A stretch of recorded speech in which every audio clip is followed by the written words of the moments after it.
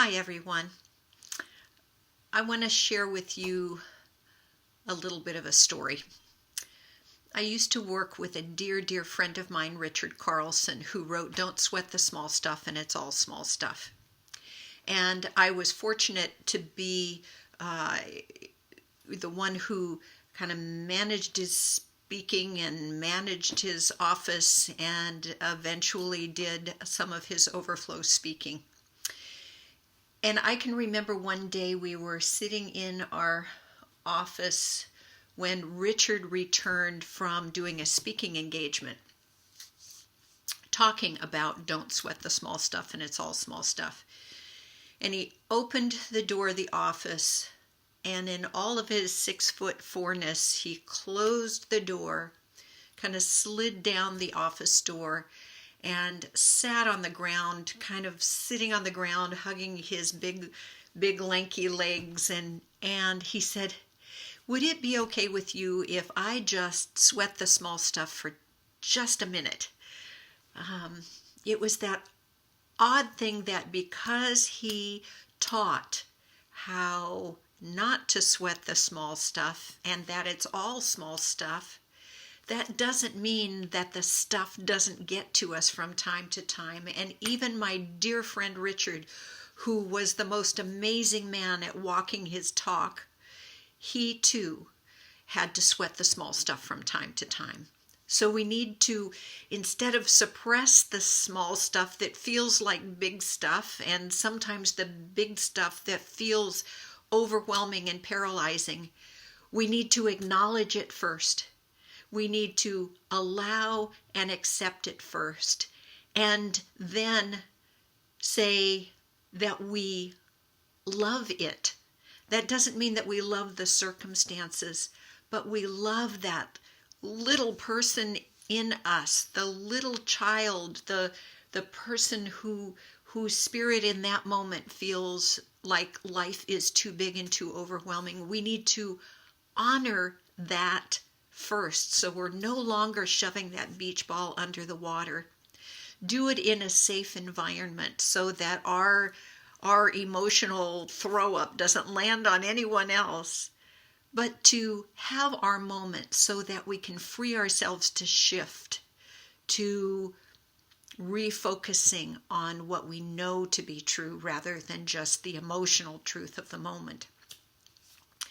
So I was thinking of that, and the last few months for me have been, I don't know how else to explain them, but they've been intense, and it's been like being on a treadmill that somebody just keeps turning the speed up, and then they turn the speed down, and you think, oh, I can manage this, and oh no, we're on another hill.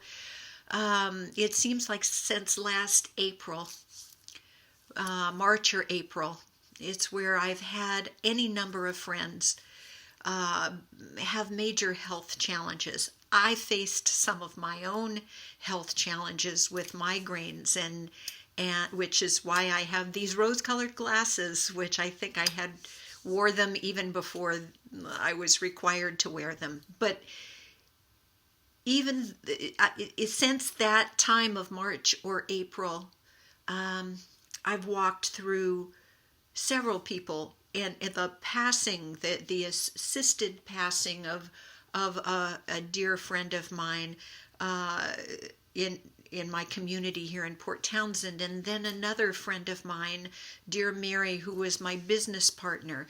And along the way, I've been managing my own, the journey of my daughter's foot surgery and my grandson Brody with his autism, and the very difficult recent decision for him to be in residential treatment at the moment, and always trying to stay out of any judgment of the circumstances, but facing that that reality that somehow we teach best what we need most to learn, and so those situations keep coming up for me to learn more. So I was in an airport going between Mary's celebration of life and emceeing that and being a part of that, and dealing with the emotional closure of her passing. On my way down to be with my oldest daughter's family while they transition Brody to this residential treatment facility for now, and making that difficult decision. And I was wearing a shirt that I had made that's kind of a prototype of what I hope to eventually have as one of my Keepsake products. But it's this shirt where I have used my artwork of sacred and scared, and how they're just the reversal of just a couple of letters can make all of the difference in our experience. So I consciously wore this, knowing where I was leaving and where I was going to. And on the back, I put, "Dare to make every moment a keepsake moment, even the messy ones."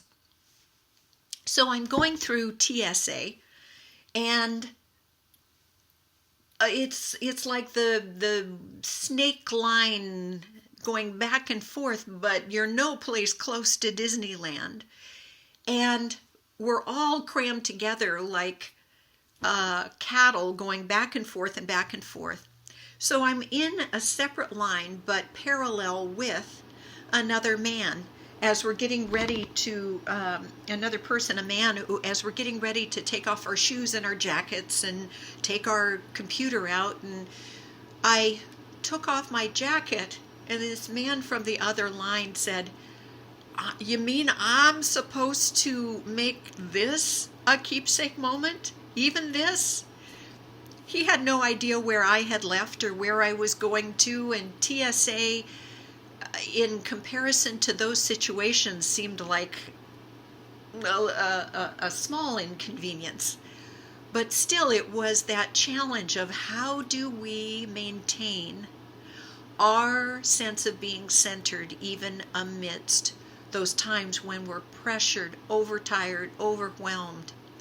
And what I learned, or was reminded in that moment, that it's true. Like, I gotta have my words and actions match. I gotta walk my talk. Like, if I'm gonna wear this and admit that I have a website called, that where I have created and sell these keepsake treasures, that to me are words and actions need to match, and words are infused with love, then I need to practice that when I'm going through TSA. So I turned to the man and I said, "Yeah, this is our time to practice that even in this moment there's a keepsake moment." And I said, I never would have the opportunity to meet with you and laugh and joke a little bit going through TSA if I hadn't been wearing this shirt that sparked that conversation.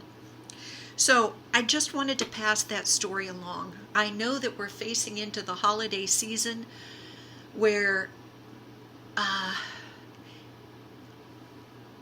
we're feeling the divisiveness that exists in the world, and it will require us not sweating the small stuff, managing our own emotional health, giving ourselves the time and the space with the people who get it to discharge and unload our emotional stuff, but not to descend on the spiral down into being a victim of our circumstances, but instead, how do we use them as the opportunity to remind ourselves to climb back on and see it from a higher perspective, to know that every moment, even the messy ones, even within those moments, are buried a treasure if we just have the commitment and the willingness and the stamina and the intention to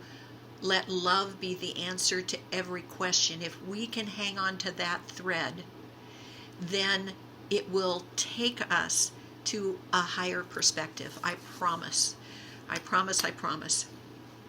So, that being said, you can let me know, do you think we all need to wear our daily reminders? Well, if so, let me know, and I'm happy to expand and create t-shirts as a part of what I want to offer. But as I've said before, I want all of my products not to just be another something that you put on your shelf, but I want it to be absolutely clear that each one is developed with love, made with love, presented with love, and I am grateful to be a part of the giving and receiving that makes these products matter, that they can be an instrument of peace by reaching the right people with the right frame of mind. So that being said, I want to point you in the direction of my website at Rhonda, RHONDA, Hull, HULL.com. There you will find a day planner, a playbook that's evergreen. You can pick it up. You don't have to wait for January. You can start any day and have that be the daily reminder that keeps you on course.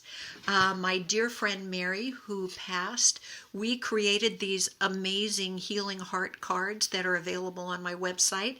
They come with this handy dandy little stand and an assortment of words that every day you can draw one that also ask you the questions that elicit the answer that keep you on course. And my little red book that was written really kind of highlighting the lyrics and the song of an amazing woman named Jana Stanfield, a singer-songwriter. So with her lyrics included is a journal and pages for you to keep those people that you hold dear in your little red book who are going to walk with you, talk with you, and hopefully listen to you when you need to sweat the small stuff, knowing that it's all small stuff and knowing that you are far more than your momentary complaining.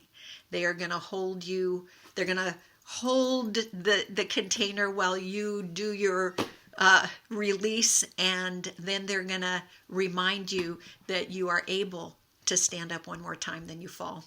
So that's where I'm at today. I'm really grateful that we're walking on this journey of life together. Blessings and thank you, thank you, thank you.